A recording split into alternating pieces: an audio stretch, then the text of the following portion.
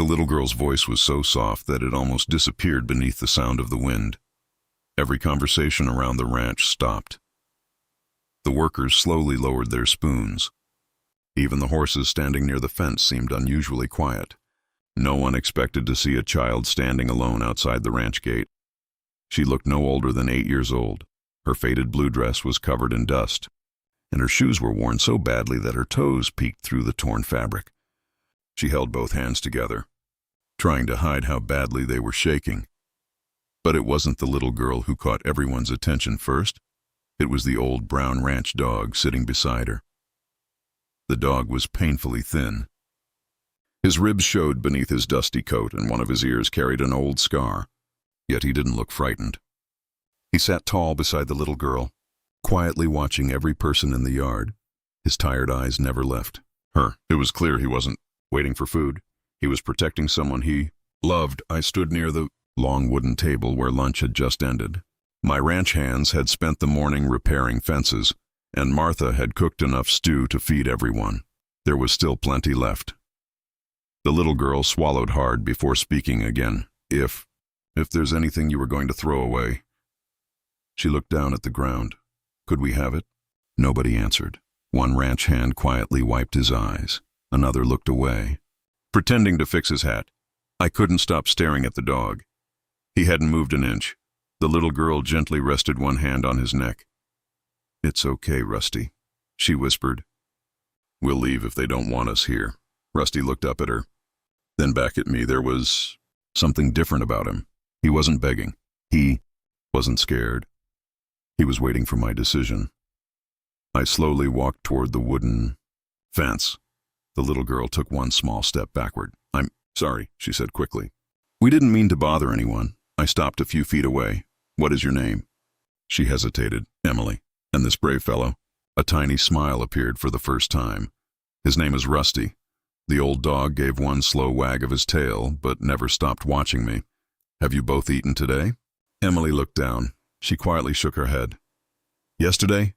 Again, she shook her head. My chest tightened. I had seen hungry people before, but I had never seen a child try so hard to hide her hunger. Rusty gently leaned against her leg. Even now, he stayed close enough to protect her. I smiled. "You don't need scraps." Emily looked confused. I don't. I opened the ranch gate. "No." I stepped aside. "You and Rusty are coming inside." Her eyes grew wide. "For real?" "For real." She looked at Rusty and whispered, "Did you hear that? We get to eat." Rusty's tail began wagging faster than ever as they stepped through the gate together. Something changed inside the ranch. My workers moved aside without saying a word. Martha hurried from the kitchen with fresh bread and warm stew. Nobody treated them like strangers anymore. Watching Rusty wait until Emily entered first, I realized he wasn't just an old ranch dog. He was her guardian, and somehow, deep inside, I felt that opening my gate to them was about to change every life on this ranch, including my own. Chapter 2. The Feast That No One expected. Opening the gate was the easiest decision I had made in years. What I didn't know was that 2 hungry strangers were about to bring life back into a ranch that had forgotten how to smile. Emily stepped carefully into the yard as if she expected someone to change their mind. Rusty stayed close beside her, watching every movement around him. His body looked weak, but his eyes stayed sharp. Martha welcomed them with a warm smile. "Come inside, sweetheart," she said. "Food tastes better at a table than beside a fence." Emily looked at me before taking another step. "Are you sure?" "I'm sure." Inside the ranch house, Martha filled a large bowl with hot beef stew. Fresh bread came out of the oven, followed by roasted vegetables and a slice of warm apple pie. Emily froze. She stared at the table without moving. Is all of this really for us?" Martha smiled gently. "Every bit of it." Emily's lips trembled. "I've never seen so much food before." Meanwhile, Martha carried another bowl to the floor. It held fresh meat, warm broth, and a bucket of clean water. "There you are." "Handsome," she whispered to Rusty. The old dog walked toward the meal. Then he stopped. Instead of eating, he turned around and looked at Emily. She smiled through watery eyes. "It's okay." "Rusty, Only after hearing her voice did he lower his head and begin eating. One of the ranch hands quietly whispered, "I've never seen a dog do that before." Another frowned. "Boss, we don't know who they are. They could be thieves or runaways." I heard every word. Without raising my voice, I answered, "They're hungry." The room fell silent. Until someone proves they've done wrong, they'll be treated with kindness. Nobody argued again. Emily slowly took her first spoonful of stew. The moment she tasted it, tears rolled down her cheeks. "I'm sorry," she whispered. "You don't have to apologize," Martha said softly. "I forgot what warm food tastes like." The words broke every heart in the room. Rusty finished his meal but didn't lie down. Instead, he walked back beside Emily and rested his head against her knee. She gently scratched behind his ears. "He always makes sure I'm okay." I smiled. "And who makes sure he's okay?" Emily looked at Rusty with quiet love. "I do," for a moment. Nobody spoke, watching the two of them together. It was impossible to tell where the girl's courage ended and the dog's loyalty began. They had survived because they never stopped protecting each other. After dinner, I carried 2 blankets onto the porch. "You can sleep here tonight," I said. Emily looked surprised. "You're letting us stay?" "As long as you need." Her eyes filled with gratitude. "Thank you." That night, the ranch felt different. The silence that had haunted the house for years had disappeared. But just after midnight, Rusty suddenly lifted his head. His ears stood straight. A low growl escaped his throat. He wasn't looking at the house, he was staring toward the dark road beyond the ranch gate. Then he barked once, not loudly, just enough to wake me. I stepped onto the porch and looked into the darkness. At first, I saw nothing. Then, far beyond the fence, I noticed 3 shadowy figures standing perfectly still, watching the ranch, watching Emily, and waiting for the right moment to strike. Chapter 3. Footprints in the dust. The 3 shadowy figures disappeared before I could reach the ranch gate. I stood there for several seconds, staring into the darkness. The wind carried dust across the road, but the strangers were gone. Rusty didn't move. His eyes stayed fixed on the place where they had been standing. I knelt beside him and gently rubbed his neck. "You saw them before I did, didn't you, old friend?" Rusty let out a quiet whine. He wasn't afraid. He was warning me. The next morning, the ranch woke earlier than usual. None of us had slept well. My workers repaired fences while I checked every corner of the property. Rusty stayed close to Emily, following her wherever she went. She noticed me watching him. "He won't leave me," she said. "I don't think he ever will," I replied. Just before noon, a wagon rolled slowly toward the ranch. 3 well-dressed men climbed down and walked confidently through the open gate. The moment they stepped onto the property, Rusty sprang to his feet. A deep growl rolled from his chest. Emily's smile disappeared. Her face turned pale. She quietly stepped behind Rusty, placing one trembling hand on his back. The tallest man removed his hat. "Good afternoon," he said politely. "I'm looking for a little girl." I folded my arms. "What's her name?" He smiled. "Emily." The little girl behind Rusty gasped. Softly, the dog moved 1 step forward. His growl became louder. The second man glanced at Rusty. "Control. Your dog." I looked him in the eyes. "He seems to know something I don't." The first man forced another smile. "The child belongs with us." Emily shook her head. Before I could answer, "No," her voice was barely a whisper. "I don't want to." "Go." The man ignored her. "She's confused." Rusty barked sharply. The sound echoed across the yard. Every ranch hand immediately stopped working and walked closer. Jacob quietly stood beside me. "You need something, boss?" "Just stay ready." The tallest stranger sighed. "We don't want trouble." "Then tell me who you are," I said. "We're her relatives." I looked at Emily. "Is that true?" She buried her face against Rusty's neck. The old dog stood perfectly still, refusing to let anyone near her. After several long seconds, she whispered one word. "No." The answer changed everything. Stepped in front of them. "She stays. Here." The leader's friendly face disappeared. "You don't understand who you're protecting. Maybe not, but I understand fear." I pointed toward Emily. "Look at that little girl." She's terrified of you.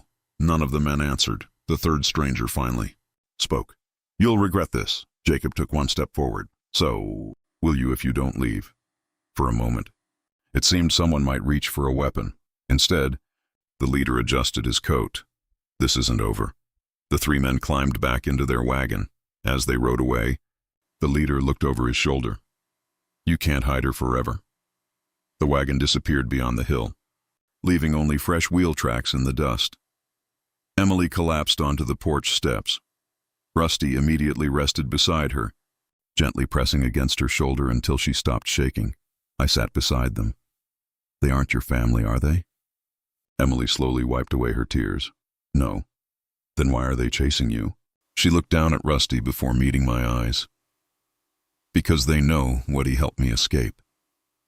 Before she could say another word, Rusty suddenly lifted his head again. He sniffed the wind, then he stared toward the distant hills and let out another warning growl. This time, I knew the danger wasn't leaving, it was getting closer. Chapter 4. The secret hidden behind her silence. The danger wasn't leaving, it was getting closer. That evening, nobody on the ranch felt at peace. My workers finished their chores before sunset and quietly checked every gate and fence. Jacob loaded extra lanterns while Martha closed every window in the house. Emily sat on the front porch beside Rusty. The old dog rested against her legs, but he never closed his eyes. Every few seconds, he looked toward the road as if he expected those strangers to appear again. I carried 2 warm cups of milk onto the porch and sat beside Emily. You've been carrying this fear alone for too long, I said gently. You don't have to tell me everything. She stared into the cup without taking a drink. But if I'm going to protect you, I need to know who we're fighting. For a long moment, she stayed silent. Finally, she whispered, My daddy was a carpenter. I listened without interrupting. He wasn't rich, but he always said we had enough because we had each other. A small smile appeared, before fading away. Then he got sick. She lowered her head. He died during the winter. I felt my chest tighten. What happened after that? My mama tried to take care of me. Emily's voice shook, but she became sick too. When she died, people from town said they would give me a home. She looked at Rusty. I believed them. Rusty gently rested his head on her lap. She stroked his ears before continuing. They took me to an old house, far outside the town. There were lots of children there. Boys, girls, some even younger than me. I clenched my fists. What did they do? They made us stand on busy streets every day. She swallowed hard. We had to beg. If we didn't bring back enough money, she couldn't finish the sentence. I quietly asked, Did they hurt you? Emily nodded. They said hungry children earn more money. The words hit me like a punch. Rusty let out a soft whine. He always tried to protect me. She smiled through tears. Every night he slept across the doorway. If someone came close, he growled. They hated him. I looked down at the old dog. His scar suddenly made sense. How did you escape? Emily took a deep breath. One night the men started drinking. They forgot to lock the back door. She gently wrapped both arms around Rusty. He grabbed my sleeve. He pulled me outside. We ran into the woods. They chased us. We kept running. I fell so many times, but every time I stopped. She looked at Rusty with love. He came back for me. He refused to leave me behind. A tear rolled down my cheek before I noticed it. This old dog hadn't just protected a child. He had carried hope through the darkest night of her life. I slowly reached over and scratched behind Rusty's ears. You are the bravest soul I've ever met. Rusty looked into my eyes and quietly wagged his tail. Emily looked at me. They'll never stop looking for me. I shook my head. They'll have to come through me first. Do you promise? I promise. Before another word could be spoken, Jacob came running toward the porch. His face had turned white. Boss. I stood immediately. What happened? He pointed toward the eastern fence. I found fresh horse tracks. Not one rider. 6. Rusty sprang to his feet. His ears stood tall. Then he gave one deep, determined growl. The men weren't searching anymore. They were coming to take Emily back. Chapter 5. When courage faces cruelty. The men weren't searching anymore. They were coming to take Emily back. Jacob's warning spread across the ranch within minutes. Every worker stopped what he was doing. Lanterns were lit around the barns, the gates were locked, and the horses were moved into the safest pasture. The sun disappeared behind the hills, leaving the ranch wrapped in silence. Nobody slept. Emily sat beside Rusty on the living room floor. Her small hand rested on his neck while he watched the front door without blinking. I knelt beside her. "You'll stay inside tonight." She looked up at me. "What if they come?" "They'll have to get through all of us first," she nodded. But I could still see the fear in her eyes. Late that night, Rusty suddenly stood, his ears pointed toward the back of the house. A low growl rolled from his chest. Every person in the room froze. Then came another sound, a horse. Then another. Boots hit the ground. Outside, Jacob rushed to the window. "They're here." Before anyone could move, a loud crash echoed through the yard. The back gate had been forced open. 3 men ran toward the barn while the others headed for the house. "They're splitting up," Jacob shouted. I grabbed my rifle and hurried outside with the ranch hands. "Protect Emily," I yelled. Rusty didn't wait for another command.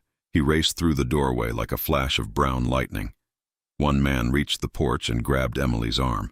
She screamed, "No!" before the stranger could pull her away. Rusty slammed into him with all the strength he had left. The man fell backward. His arm hit the wooden steps. Emily pulled free and ran toward the house. "You filthy dog," the man shouted. He swung a heavy stick. The blow struck Rusty across his side. The old dog cried out but refused to move. Instead, he stood between Emily and the attackers once again. Another man rushed forward. Rusty barked fiercely and leaped at him, knocking him into the dirt. The yard exploded into chaos. Workers wrestled the criminals. Horses neighed wildly. Lanterns swung in the darkness. I reached the porch. Just as another attacker raised his arm toward Rusty, without thinking, I tackled him to the ground. Jacob and 2 ranch hands quickly tied him up. The remaining criminals saw they were losing. "Run!" one of them shouted. They climbed onto their horses and disappeared into the night. Silence returned almost as quickly as the attack had begun. Emily rushed toward Rusty. The brave old dog was lying beside the porch. Blood stained his brown fur. His breathing was slow. "No, no," Emily cried as she dropped beside him. She gently lifted his head into her lap. "Please wake up." Rusty's tail moved once. Only once. Then he closed his eyes. Martha hurried over with clean cloths while Jacob rode into town to bring the doctor. I knelt beside Rusty. "You saved her again." Emily couldn't stop crying. "He always saves me." The doctor arrived before sunrise, carefully examined Rusty's wounds. Everyone waited without speaking. Finally, he looked at us. "He's badly hurt." Emily held Rusty's paw tightly. "Can you save him?" The doctor sighed. "I'll do everything I can." As the first light touched the ranch, I looked at the old dog who had risked everything for one frightened little girl. I made a silent promise. The men who had caused this pain would never threaten another child again. No matter what it cost me, I would see justice done, and this time Rusty wouldn't have to fight alone. Chapter 6. A hero with 4 paws, and this time, Rusty wouldn't have to fight alone. The ranch stayed unusually quiet for the next 2 days. Nobody laughed. Nobody sang while working. Even the horses seemed calmer, as if they understood something important had happened. Emily barely left Rusty's side. She sat beside the old dog from sunrise until late at night, gently holding his paw. Every few minutes she whispered the same words. "You promised you'd stay with me." The doctor changed Rusty's bandages every morning. "He's strong," he said. "But healing takes time." Emily looked at him with hopeful eyes. "So, he can still get better?" The doctor smiled. "I believe he can." On the 3rd morning, something changed. Rusty slowly opened his eyes. Emily gasped. "Rusty." His tail tapped the floor once, then again. Tears rolled down Emily's face as she hugged him carefully. "You came back." The old dog licked her hand. It was weak, but it was enough. Everyone on the ranch smiled for the first time since the attack. Later that afternoon, Sheriff Collins arrived with 2 deputies. "I heard what happened," he said. "We're going to find those men." As the sheriff spoke, Rusty suddenly stood. His legs shook, but he refused to lie down. He walked slowly toward the front door. "Easy, old fellow," I said, instead of stopping. Rusty looked back at me and barked once. Sheriff Collins frowned. "I think he wants us to follow him." We opened the door. Rusty limped across the yard, stopping every few steps to catch his breath. Emily stayed close beside him. "You don't have to do this," she whispered. But Rusty kept walking.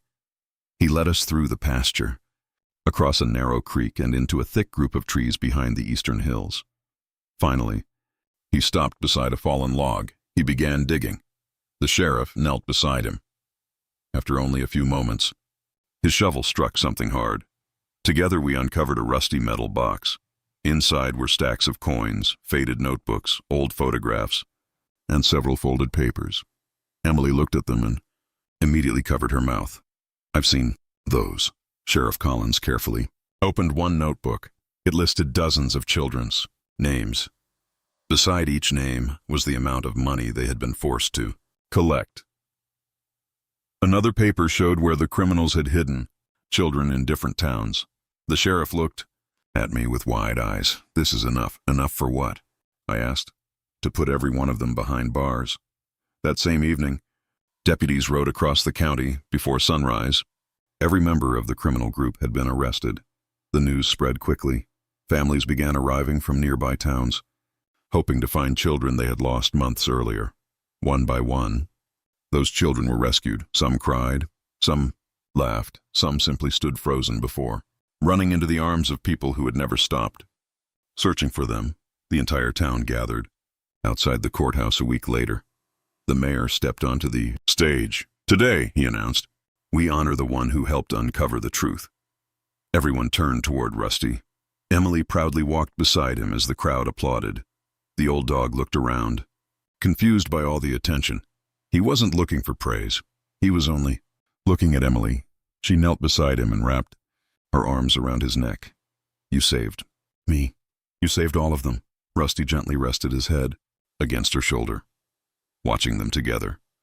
I realized something that would stay with me forever. Sometimes the greatest heroes never wear a badge. Sometimes they simply walk on 4 faithful paws.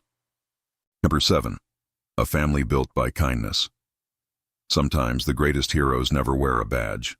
Sometimes they simply walk on 4 faithful paws. Life slowly returned to normal, but nothing on the ranch was the same anymore. The fear that had once lived in every corner was replaced by laughter, busy footsteps, and hopeful voices. Every sunrise brought another reason to smile. Rusty recovered a little more each week. His scars remained and he walked with a slight limp, but that never stopped him from making his morning rounds.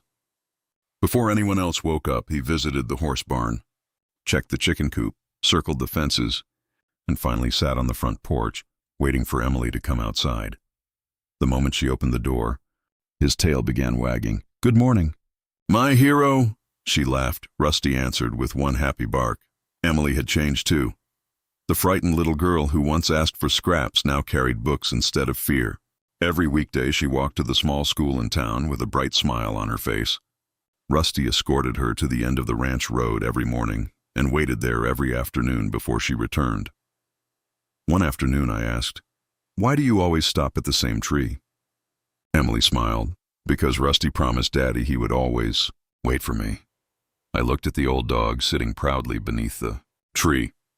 "I think he's still keeping that promise." Emily nodded. "He always will." The ranch hands loved Rusty as much as Emily did. Jacob secretly slipped him pieces of smoked beef during lunch. "Don't tell Martha," he whispered with a grin. Martha laughed from the kitchen window. I heard that. Everyone burst into laughter. For the first time in many years, the ranch felt alive. A few weeks later, the town announced a special celebration to honor the rescued children and everyone who had helped stop the criminals. Families filled the town square. Music played, children laughed, and neighbors hugged one another as if they had all become one family. Sheriff Collins stepped onto the wooden stage.